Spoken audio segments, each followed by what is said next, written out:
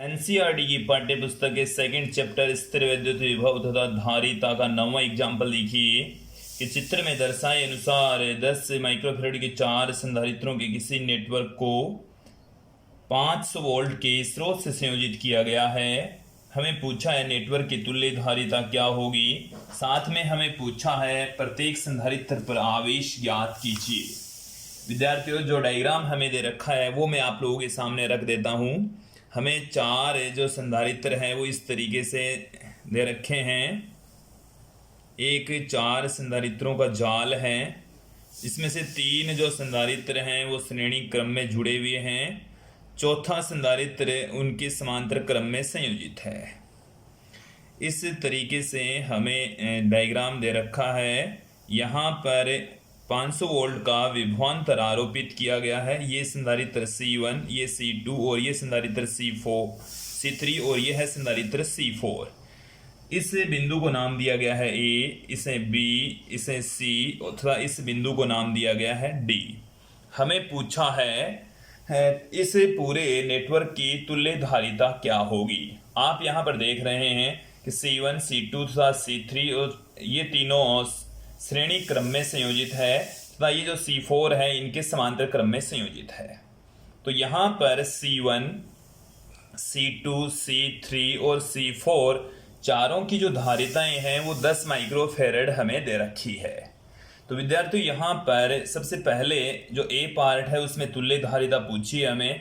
ये जो C1, C2, C3 है इनकी तुल्य धारिता सबसे पहले निकाल लेते हैं। C1, C2 व C3 की तुल्य धारिता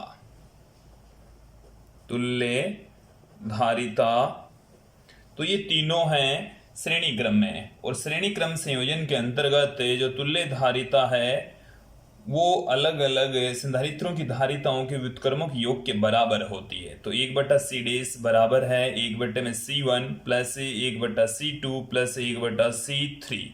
इन सब की वैल्यू हम पुट कर देंगे तो 1/10 प्लस 1/10 प्लस 1/10 यहाँ पर ये हमारे पास में आ जाएगा। तो यहाँ से देखिए कि जब हम इसको कैलकुलेट करेंगे तो 1/C' बराबर हमारे पास में आ गया 3/10, C' बराबर आ गया 10/3 माइक्रोफैराड। तो ये आ गई हमारे पास में C' की वैल्यू। अब देखिए जो नेटवर्क है वो इस तरीके का रह जाएगा। ये यहाँ पर हमारे पास में रह गया C' और ये रह गया यहाँ पर C4 और यहाँ पर ये लगा हुआ है 500 वोल्ट का विभवांतर। तो अब हमें C' और C4 की तुल्य धारिता निकालनी है। C' व C4 की तुल्य धारिता, C' व C4 की तुल्य धारिता, ये दोनों समांतर क्रम में हैं। तो तुल्य धारिता C बराबर हमारे पास में आ जाएगा C' प्लस C4। तो C' की जो वैल्यू है वो है 10/3, C4 की वैल्यू है 10। तो यहाँ से 3 लघुत्तम आ गया हमारे पास में। ये हमारे पास में आ चुका है 40/3। तो C की जो वैल्यू है वो आ गई है 40/3 माइक्रोफैराड। 40/3 माइक्रोफैराड ये तुल्य धारिता प्राप्त हो चुकी है। अब हमें इस क्वेश्चन के अंदर जो B पार्ट है उसमें पूछा है कि B पार्ट में पूछा प्रत्येक संधारित्र पर आवेश ज्ञात कीजिए। एक बार इस डायग्राम को देखेंगे आप यहाँ से कि जैसे 500 वोल्टेज यहाँ पर अप्लाई किया गया है, ये धन विभव पर है, ये ऋण विभव पर है। तो इसके ऊपर हम प्लस में Q चार्ज कंसीडर कर लें तो इसके ऊपर माइनस Q। श्रेणी क्रम में संयोजित सभी संधारित्रों पर आवेश समान होगा। इस पर प्लस Q, इस पर माइनस Q, इस पर फिर प्लस Q, इस पर माइनस Q। जबकि इसके ऊपर भी प्लस में रहेगा तो वो इनसे भिन्न हो सकता है। तो Q' ले लिया हमने, इसको माइनस Q' ले लिया। हमें एक तो Q और एक Q' की वैल्यू फाइंड आउट करनी है। अब यहाँ पर आप देखेंगे कि जो कुल जो चार्ज है वो पूरे सर्किट के ऊपर क्या होगा। कुल जो वोल्टेज है वो 500 वोल्टेज यहाँ पर लगाया गया है, 500 वोल्टेज यहाँ पर अप्लाई किया गया है। तो यहाँ पर इस डायग्राम को एक बार देखिए विद्यार्थियों, इस बिंदु तथा इस बिंदु के मध्य का जो वोल्टेज है वो है 500, इसकी जो धारिता है वो है 10 माइक्रोफेरेड। तो इसके ऊपर उपस्थित जो आवेश है Q डैश हम यहाँ से फाइंड आउट कर सकते हैं।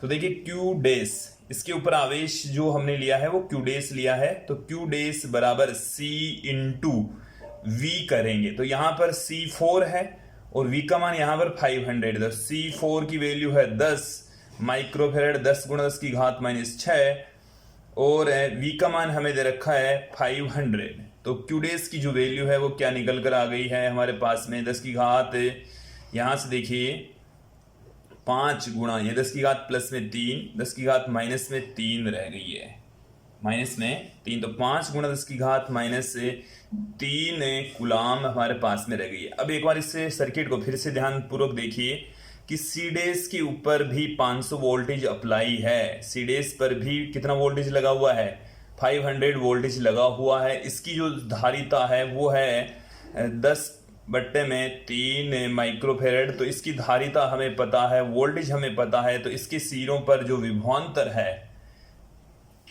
वो हमें 500 वोल्ट दे रखा है। तो हम इस पर उपस्थित आवेश निकाल सकते हैं। इस पर उपस्थित आवेश हमने क्यों कंसीडर किया है, देखो विद्यार्थियों, जितना इसके ऊपर आवेश होगा इन तीनों संधारित्रों पर भी उतना ही आवेश होगा। श्रेणी क्रम में जितने भी संधारित्र संयोजित होते हैं सब पर जो आवेश है वो सेम होता है। तो इस पर जितना होगा प्लस क्यू माइनस क्यू, इस पर भी प्लस क्यू माइनस क्यू, इस पर भी प्लस क्यू माइनस क्यू, और इनकी तुल्य जो संधारित्र है उनके ऊपर भी प्लस क्यू माइनस क्यू ही होगा।